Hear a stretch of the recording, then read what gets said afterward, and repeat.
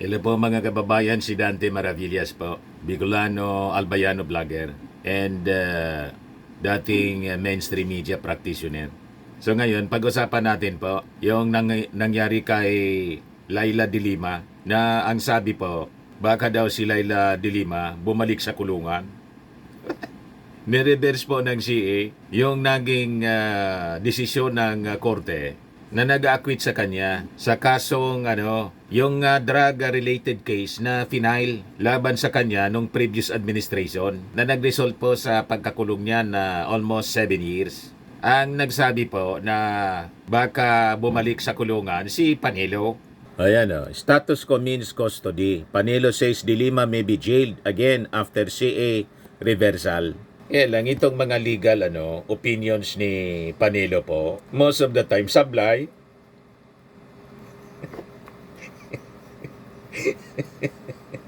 Itong kababayan niya si De Lima, taga Iriga si De Lima, Iriga City sa Camsor, taga Naga City si Panelo. Lang siyempre, si Panelo, suportador ni Digong, ganun talaga po. Si De Lima po, kalaban ni Digong, isang dilawan, nanindigan po sa war on drugs, laban sa war on drugs ni Digong. O ngayon, ibigay ko sa inyo, ano yung nangyari? Bakit ganon? Lumabas mga kababayan sa balita ngayon, kahapon, na yung sumulat ng desisyon ng reversal sa acquittal ni De Lima, appointee ni Digong. Kaya may mali siya po. Usap-usapan tuloy ngayon dahil sa pagtanggap ni De Lima ng offer ni Speaker Martin Romualdez doon sa pagiging member ng prosecution panel sa impeachment trial laban kay Sara Duterte. Anong tingin ninyo? Yun ba ang dahilan na dahil sa tinanggap ni De Lima yung offer ni Martin Romualdez? O baka wala mga relasyon mga kababayan? Ano yung inyong pananaw? Baka nagkataon lang kasi sa totoo lang mga kababayan, tanggapin hindi tanggapin ni Laila de Lima, isa lang naman siya yun sa mga magiging House Prosecutor sakali. Ang daming mga dikalibring abogadong members ng Congress ang bumubuo po sa House Prosecution Panel. Lahat ito mga abogadong di kampanaryo po, hindi lang di kampanilya, kampanaryo na. Mga batikang abogado, mga naging trial lawyers, mga kababayan, nung hindi pa sila members ng Congress. Talagang piling-pili. Dito pa lang kay Jinky Luistro po ng Batangas, tingin ko mamimilipit na si Sara Duterte. Isa pa lang sa mga House Prosecutor siya. Dito nga kay Joel Chua mga kababayan, during the investigation sa confidential funds, namilipit na si Sara. Pati yung mga staff ni Sara mga kababayan, isa-isang itinakbo sa ospital.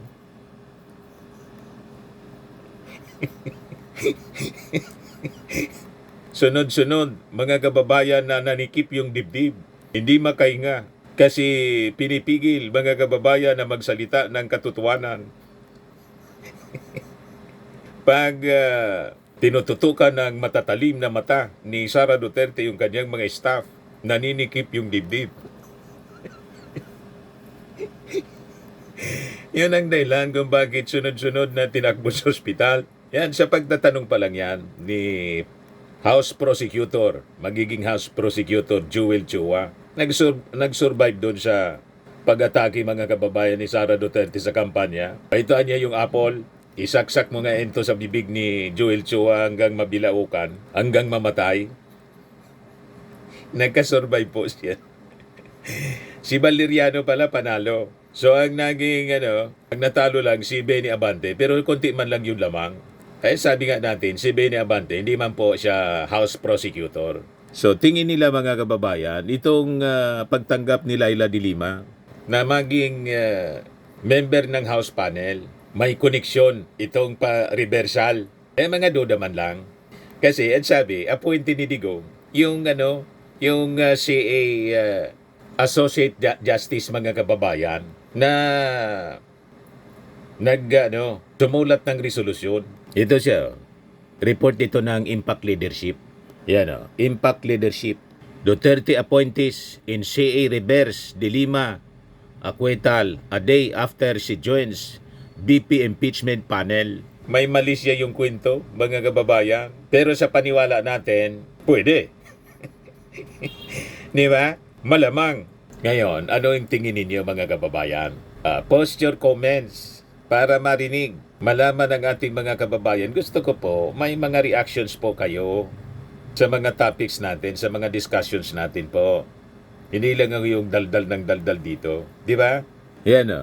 The Court of Appeals, 8th Division, composed mostly of appointees of former President Rodrigo Duterte, has reversed the 2023 acquittal of former Senator Laila de Lima in one of her drug cases just a day after she accepted House Speaker Martin Romualdez's invitation to join the prosecution panel in the upcoming impeachment trial of Vice President Sara Duterte. Ito mga balitang ito mga kababayan, pag nakaabot ito sa ICC, sa mga judges ng ICC na gustong patalsikin ni Digong, yun ang balita. Mamaya doon sa susunod nating video, yung pag-usapan po natin para hindi kayo ma-confuse sa mga topics. Isa-isa lang na topic po. Pero sabihin ko na sa inyo, gustong ipatanggal yung mga judges mismo ni Digong. Pinitisyon mga kababayan ng kanyang abogado. Judge na yung gustong ipatanggal. Dito naman sa Pilipinas, yung mga appointee ni Digong, ito po, reverse yung acquittal ni Laila de Lima. So pag nakarating ito mga kababayan, possibly, siyempre, ang bilis ngayon po, instantaneous flow ng mga balita. Lalo mga kababayan na i-deny siguro yung petisyon ng defense na si Digong. Di ba gusto nilang makabalik dito si Digong? Hindi pumayag po yung mga judges kasi po lumalabas napakalakas pa ng influence ni Digong pati sa mga korte natin. So talaga niya, yung temporary liberty na iningi ng defense, baka hindi po pagbigyan kasi ito yung patunay na malakas ang influensya ni Digong dito sa ating bansa. Nakalabas na si de Lima, na-acquit na po, na-reverse pa. So patunay mga kababayan na tama lang yung kaso na crimes against humanity in relation sa AGK, hindi na i-file dito sa Pilipinas, kundi sa ICC. Kasi, hindi magkakahustisya rito sa Pilipinas, yung mga biktima ng AGK.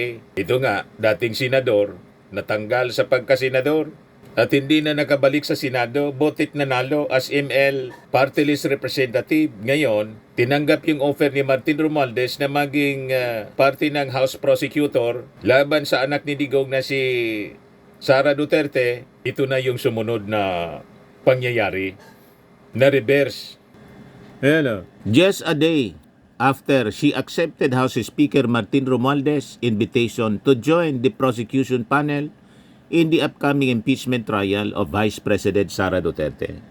The CA ruling made public on Thursday, kahapon po, May 15, granted a petition for certiorari filed by Solicitor General Medardo Guevara, Duterte's former Justice Secretary. The reversal paves the way for further litigation despite de Lima's earlier acquittal by a lower court. Itong si Associate Justice Eleuterio Bathan, a Duterte appointee, penned the decision. Siya po yung sumulat. He was joined by fellow Duterte appointee, Justice Florencio Mamawag Jr., and Division Chair Justice Nina Antonio Valenzuela, who was appointed by former President Gloria Macapagal Arroyo, na best friend ni Sara Duterte at ni Digong. Di ba? Na nag-ambisyon mga kababayan na i-take over sana noon, ikodita si Martin Romualdez na nagresulta sa pagkagalit ni Sara at tinawag si Martin at tambaluslos. You see, mga kababayan? Yes, sabi dito sa balita, de Lima, who is set to take a congressional seat through the ML party list, will remain free while her legal team appeals the decision to the Supreme Court. De Lima's inclusion in the House panel prosecuting Duterte's daughter, the Vice President, has fueled speculation about political motivation behind the CA decision. Hindi mo talaga maaalis, siyempre magdududa yung mga tao. Bakit nangyari? After na tanggapin yung offer ni Martin Romualdez na maging parte ng House Prosecution Panel laban kay Sara Duterte, itong si Laila de Lima. Pero that notion mga kababayan, masama. Kasi dapat po ang ating mga korte hindi po na-impluensya ng politika. Kasi paano ka pa magtitiwala sa ating judicial system? Sa judiciary po, dapat may independence po ang ating judiciary. Kaya masama ito. Hindi maiwasan mga kababayan na magduda na sa ating judicial system. Yung ating mga mamamayang Filipino. Sabi nga, itong mga pangyayaring ito, garapalan, di ba? So yun ang mga masasamang kaganapan mga kababayan ngayon. Pero sabi nga natin sa ating analysis mga kababayan, imbes makatulong ito doon sa petisyon ng defense ni Digong, malamang makasama pa. Kahit yung mga reactions ng mga tao po, basahin ko sa inyo yung mga reactions ng tao. Mga netizens natin, no? Sabi ni Adriatico Raim, see the main reason why our country should regain our membership in the ICC. Sabi ni Rona Tibahares, this just prove how rotten our justice system in the Philippines. Kaya tama lang talaga na sa ICC litisin si Digong. Kita ninyo ang mga reactions ng mga netizens? Backfire muli mga kababayan. Sabi ni Malo Reyes, Duterte legacy of unprofessional bullies are still at it. Sabi ni Danny Flores, start to impeach the justices. Pero sabi po ni Attorney Jesus Falsis, in short, hindi na-justify ng judge nang maayos yung desisyon niya. Sa saligang batas o sa konstitusyon kasi, decisions of courts are required to state the facts in the law on which the decision is based. So hindi makukulong si de Lima dahil binaliktad ang akwital. Ang mangyayari lang, inutos ng CA na ayusin ng RTC ang desisyon at mag-explain ng maayos. Yun lang yun, kaya chill lang kayo. Sabi ni Roy Lobo, the President must look into this reversal decision as it seems to be a deliberate utang na loob. Payback time for Duterte appointees. The decision gave a very clear political color. Inhibition of Duterte appointees be worked out. Color. Hindi man po dyan makikialam yung Pangulo, hindi na yan trabaho. Kundi, bala na po yung defense ni yung mga defense counsels ni Laila de Lima, yung legal team niya. Anyway, sabi ni Laila de Lima, inaayos na yan. Pinag-aaralan ng kanyang legal team. Ayan sabi niya, katakataka itong desisyon na ito na misto lang pinauulit ng CA ang pagkakasulat ng desisyon ng RTC dahil daw hindi ito masyadong malinaw. Nais ko ring linawin na hindi sinabi ng CA na reverse ang aking akwital, kundi pinapaayos lamang nito ang laman ng desisyon na sa aming palagay hindi na kinakailangan dahil maliwanag ang desisyon ng RTC. Hindi ito magiging hadlang sa pagbabalik ko sa serbisyo publiko at ipagpapatuloy ko ang aking preparasyon sa pagsulong ng hustisya at reforma sa Kongreso. Sabi dito, Laila to appeal, CA ruling says acquittal still holds. Itong statement mga kababayan ni Panelo, halatang panggatong lang. Karamihan po, madalas itong mga statements po ni Panelo, laging sablay po. Walang tumama. Yan sabi ni Panelo. Status quo means custody. Pwede daw na makulong muli si de Lima after the reversal. Wala mang reversal, sabi ni de Lima. Pinapaliwanag lang. Wala mang reversal sa desisyon. Yan, sabi ni Panelo. Kung null and void ang absuelto mo, ibig sabihin, balik ka sa dating status. Sa tingin ko, ganun ang mangyayari. Kung null and void ang absuelto mo, kung naging batayan ng release mo, dahil absuelto ka, paano? Di dapat ibalik ka, sabi ni Panelo. Kung ibabalik ka sa kulungan, paano ka makakasama sa impeachment prosecution team? Halimbawa pa, Panelo, totoo yung sinasabi mo na malabo man kasi wala mang reversal. Pinapaliwanag lang. Yan o. This only a matter of clarifying the RTC's decision in response to the questions raised by DCA. So this is simply an issue of explanation and not of substance. Kaya lang yung kwento, yung pagkasulat ng mga balita, reversal ng acquittal. Kaya yun na yung kumalat na kwento.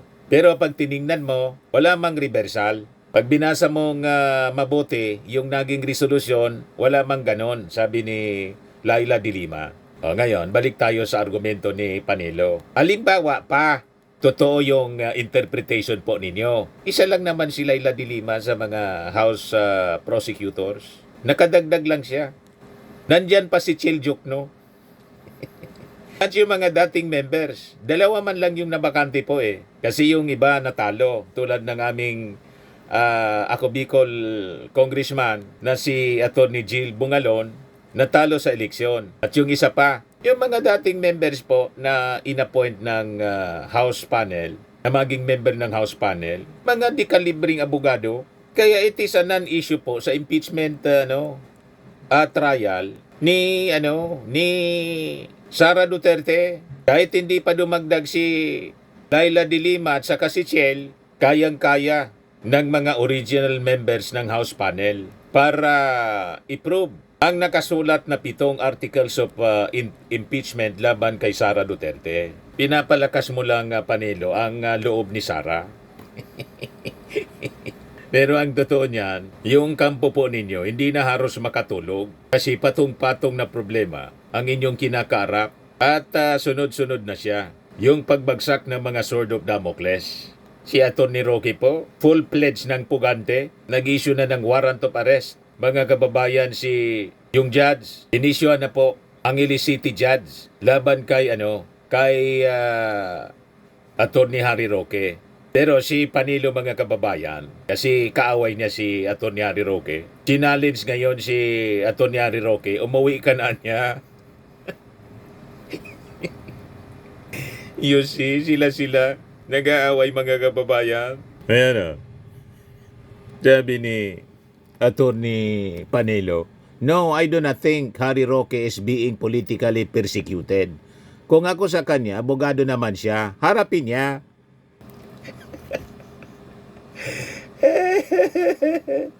You see, Attorney Harry Roque, yung dati mong kasama sa administrasyon ni Digong, hindi naniniwala sa argumento mo na political persecution ang ginagawa sa'yo. Abogado ka man daw. Harapin mo na. Ngayon ito si Panilo po. Sabi ko sa inyo, inconsistent sa mga posisyon niya.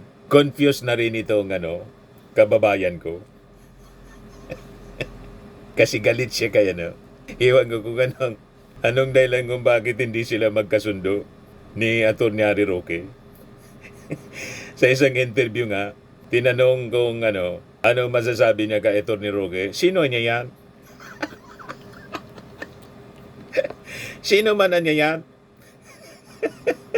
Sabi rito, harapin niya. Former Chief Presidential Legal Counsel Salvador Panelo disputes former presidential spokesperson Harry Roque's claim of political persecution, saying the charges stem from Roque's own words during a congressional hearing. Marami siyang contradiction at inconsistencies. Kaya siya nadimanda Galing mismo sa kanya. Panelo said in an interview on One News. Sabi ni Ted Ramores, dati ko tong station managers, taga-Daet, tumama ka rin after 1 million tries.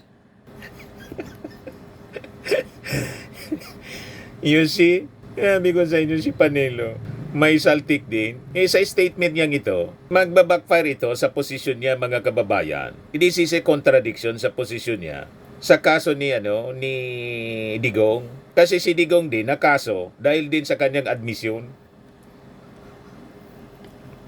sa AGK. Di ba? Yung mga ebidensya, mga kababayan, galing mismo sa bibig Kaya siya nakaso. Galing sa bibig mismo ni Digong. Admission. Other than that, yung mga ebidensyang napakalalakas. Siya yung tinuturo ng mga dati niyang mga opisyal. At siya mismo, tinuro niya yung sarili niya. Kaya minagang malakas na ebidensya mga kababayan laban kay Digong, yung kanyang mga sariling pronouncements. Pati si Bato, sabi ni Digong, death squad din yan.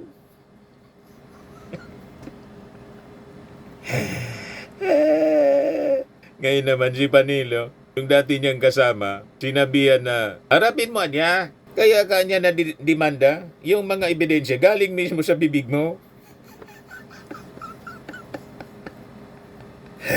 O, di ba, mga kababayan? Baka niya, Mr. Maravillas, pinag-ulian na ining si kababayan mo. Ano niya, Mr. Maravillas, yung pinag-ulian? Yung senility. Nag-iisip bata na mga kababayan. Bangga-bangga yung mga statements, mga prinsipyong ipinaglalaban. Pagkaaway niya, okay. Pagkakampi niya, hindi pwede. Di ba? At itong ating programa mga kababayan, atid sa inyo nitong ating mga sponsors. Fairmax Framing and Lifting Cream. Pinapay po sa mga pulses in affected area. Mainam po ito sa mga pains at paninigas ng mga kaso-kasuan. Ito sa mukha naman yung application, anti-aging, Automax po siya. Ito ay Glow 60 mga kababayan. Whitening po siya. Made in South Korea. Ito naman po, Ningxia Red Mix Fruit Drink. Gawa po siya sa goji berry. May anti-cancer properties po siya. At sa mga nagana po ng malinis and spacious fitness gym, pumunta lang po kayo sa aming Colossal Fitness Gym. May Grab ka rental din po kami. At bills payment po sa aming office. At saka sa mga mahilig po sa mga imported bags, manood po kayo sa live selling ni Madam Aileen Rosales sa kanyang Aileen Closet po. Pati mga shoes, ito yung kanya po. Ito yung kanyang page. Kita ninyo, napakagandang mga online selling po siya. Si Madam Aileen Rosales. At cellphone number niya po, 773-798-7816.